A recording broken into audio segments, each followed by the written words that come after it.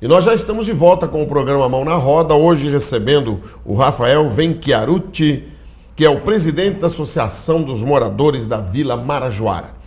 Rafael, agora nós vamos falar um pouco sobre o que aconteceu no dia 14 de março.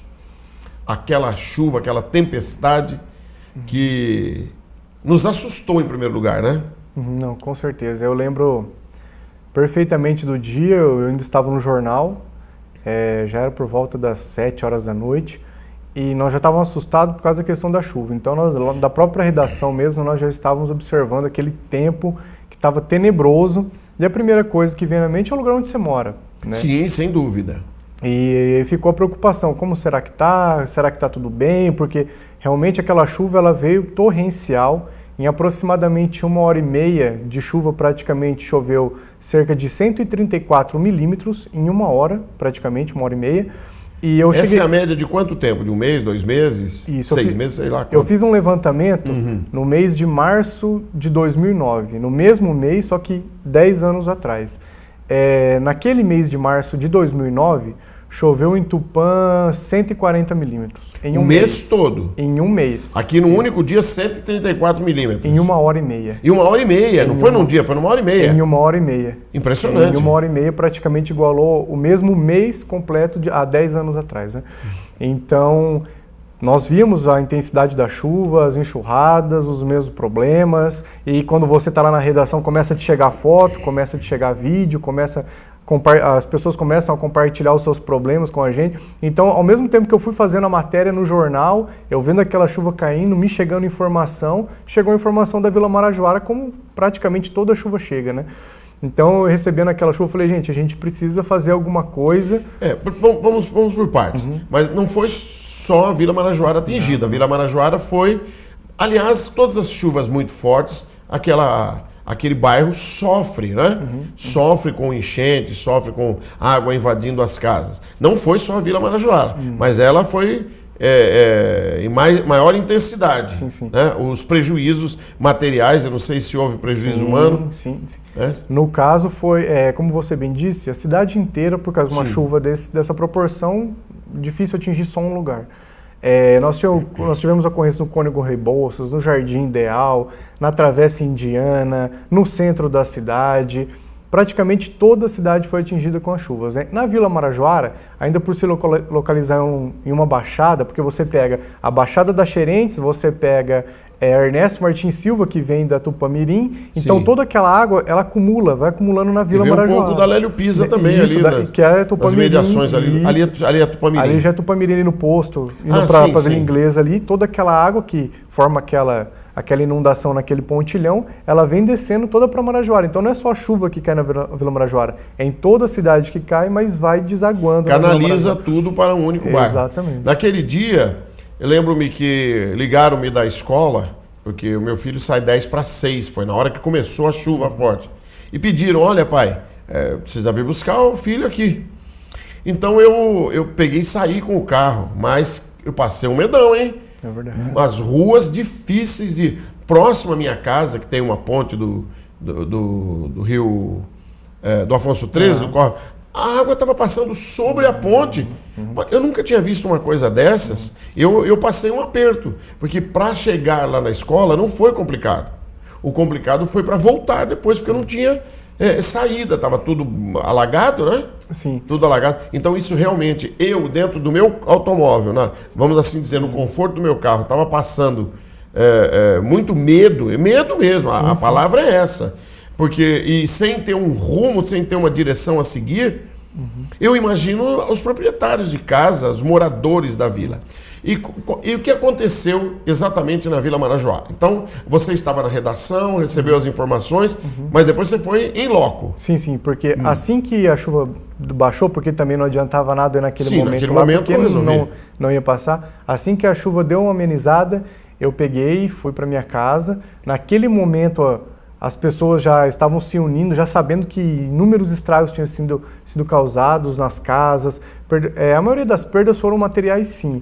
Né? Mas nós tivemos casos de um mototaxista que foi arrastado pela chuva, bem ali na Vila Marajoara. Ele estava de moto, a moto dele foi arrastada, ele caiu junto, ele foi andando por vários metros arrastado pela enxurrada. Ele teve a sorte de não ter morrido. Sim, agora, na casa de alguns moradores, casas que praticamente caíram, nós tivemos o caso de 4, 5 casas que praticamente caíram na Vila Marajoara, né? Mas foi por Deus que não aconteceu algo pior. Mas perdas, eletrodomésticos, móveis, veículos, roupas, alimentos, incontáveis perdas os moradores tiveram na Vila Marajoara. Então, depois que nós baixamos, que a água deu uma amenizada, que a chuva deu uma amenizada e nós baixamos na Vila Marajoara, nós vimos uma situação de desastre. Você não via morador dentro de casa, você via os moradores todos na rua, porque as casas ainda estavam inundadas, a água estava saindo das casas. Houve registro de um morador que ele no desespero com a sua família, estava ele, a esposa e a filhinha pequena dentro de casa. Quando ele viu aquela água subindo, ele pegou uma espécie de um alicate com uma ponta mais grande e começou a quebrar a própria casa para escoar a água que estava dentro.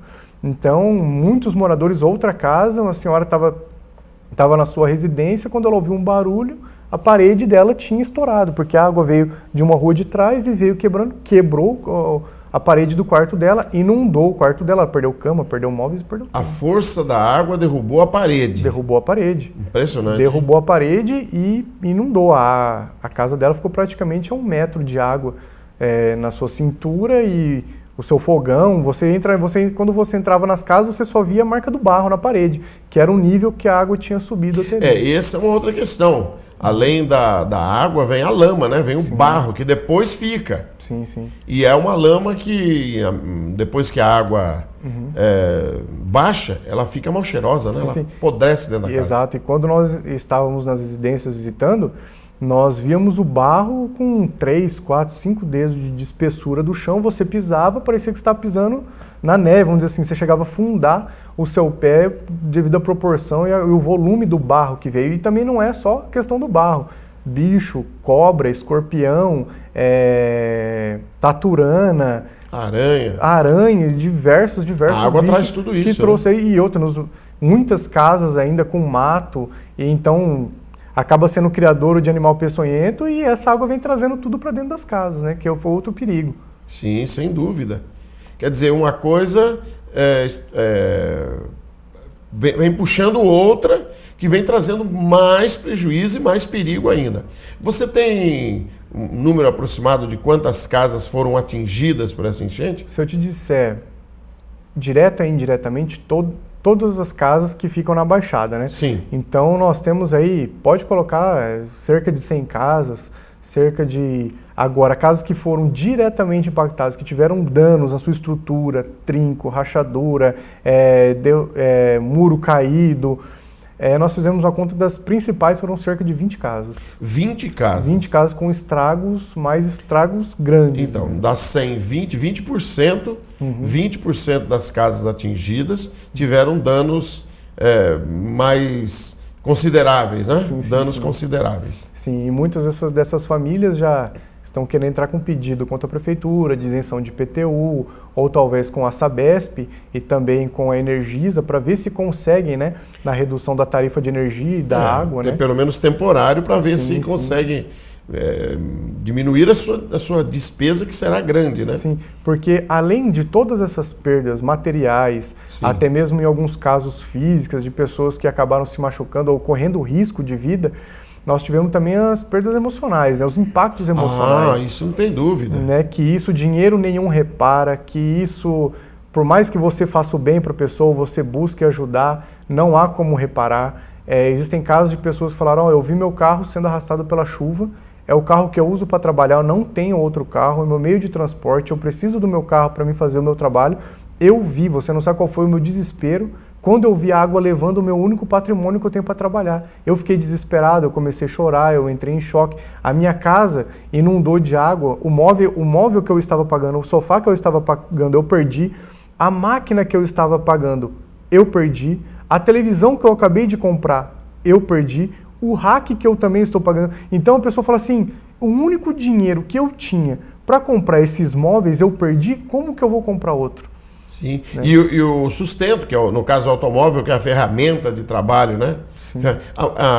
E você ainda não comentou a questão de documentos, papéis, essas coisas. Sim. Muita gente ficou sem documento, ficou sem nada. Houve casa que nós visitamos que a senhora dizia, ó, eu tenho o costume de deixar os meus remédios aqui nesse rack, em cima do rack, para ficar perto para pegar. Sim. A chuva levou todos os meus remédios de alto custo, o remédio que eu tomava.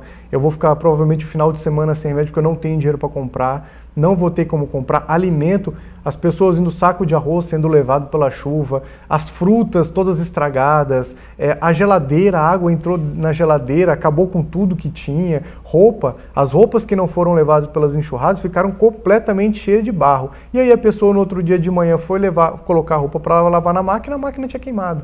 Então foi uma perda total, foi uma tragédia, uma calamidade. Calamidade mesmo, né? Eu acho que, eu não me lembro de ter ouvido falar aqui em Tupã, tem acontecido algo dessa magnitude, né? Sim, já aconteceu várias enchentes com muitas perdas, mas dessa proporção, com essa monta, moradores que estão lá há 20 anos falam que foi a primeira vez. Aí muitas pessoas podem falar, mas é questão da macrodrenagem, que está paralisada, mas tem outra coisa que tem que se observar, são as condições climáticas. Sim. Nunca choveu tanto como está chovendo agora, em um período menor de tempo. Então, como a gente acabou de dizer, em uma hora choveu praticamente o que choveu em um mês há 10 anos. Isso é algo também que precisa ser atentado, como você disse, a questão do Rotary, que está enfatizando a questão dos recursos hídricos e do saneamento, ver também todas essas questões que devem ser envolvidas com toda a sociedade. As questões climáticas. As questões climáticas. Essa é uma outra área de enfoque, né? O Rotary tem as áreas de enfoque. E uma delas são os recursos hídricos e saneamento. Mas o Rotary também tem essa área de enfoque, que é uma necessidade, né? De saber as questões climáticas, o porquê de estar acontecendo isso nessa época. Inclusive, nós corremos risco de receber uma tempestade tropical no Brasil, né? Atingir alguns estados do Nordeste nesses próximos dias, porque ela já vem em alto mar, né? Sim. E pode atingir coisa que nunca aconteceu no Brasil. Sim. Essas tempestades, como acontece lá nos Estados Unidos, no Caribe, tem temporada de furacões, né? Aqui nunca aconteceu. Sim, é algo que a gente precisa se preocupar, porque como nós vemos o caso de Moçambique, sim, né? As pessoas totalmente alagadas, cidades completamente destruídas. A minha noiva tem uma tia que está morando em Moçambique, até agora não teve resposta, ninguém sabe o que aconteceu. Os veículos de comunicação, a internet, a energia já foi totalmente... acabou naquele país, né? Então não tem meio de comunicação. A gente está até agora sem resposta, sem saber o que aconteceu. Sim, já é um país mais pobre, né? Sim, sim. Na África, num continente mais complicado ainda. E acontece uma tragédia dessa, né? Então o que precisa mesclar? Tanto o poder público quanto as empresas precisam já estar preparadas para as novas demandas, as novas realidades climáticas junto com as obras que vão ser realizadas. Aí o pessoal fala, mas a macrodrenagem está paralisada. Está paralisada. Precisa reaver esse projeto para ver se ele tem condições, se ele está adequado às novas demandas da nossa sociedade. Também tudo daqui para frente, o que for feito de obras, em relação de obras, tem que se pensar nas condições climáticas que estão acontecendo agora. Sim, sem dúvida.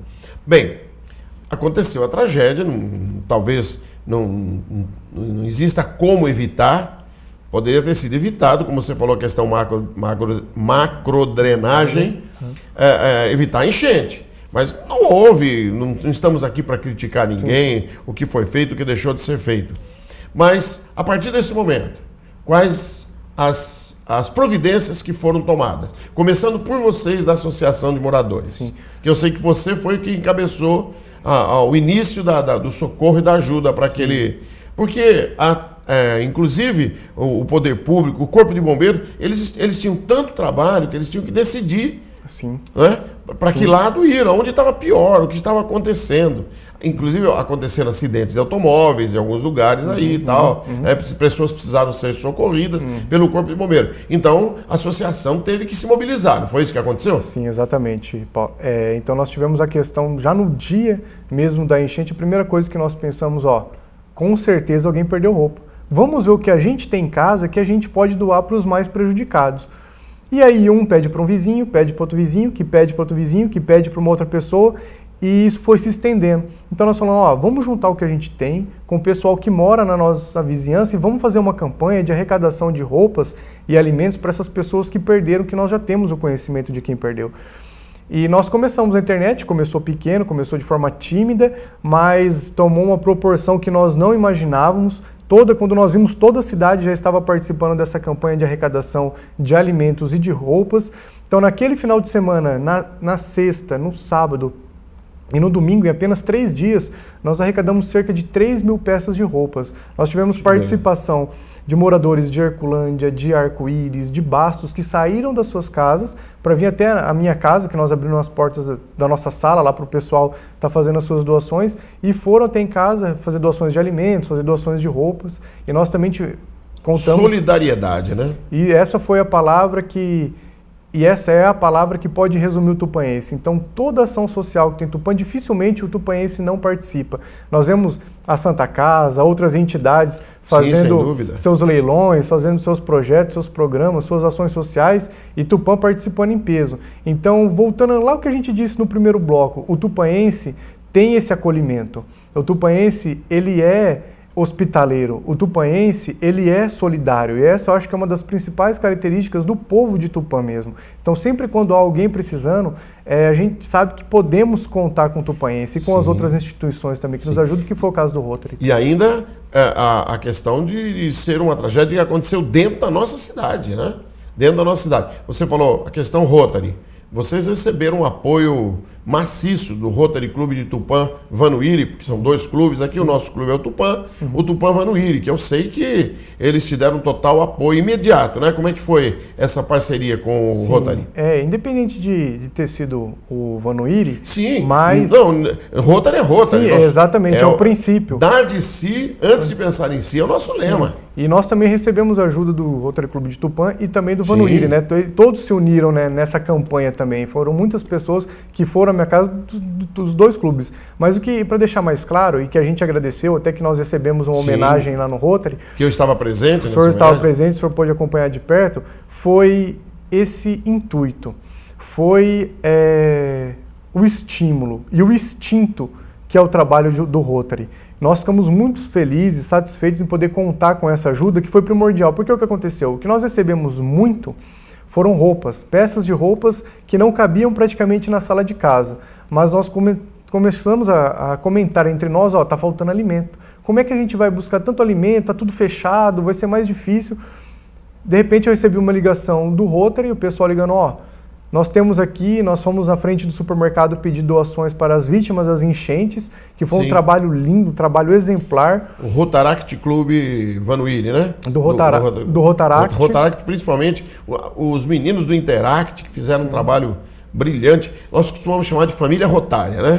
A família rotária se uniu. Sim. Foi um trabalho de família que nós recebemos apoio de todos os Rotaries, mas especificadamente do Rotaract, que eles estiveram na frente do supermercado, fizeram as doações, e eles mesmos disseram, ó, a nossa meta é 15 cestas básicas, mas eles conseguiram arrecadar 14 cestas básicas.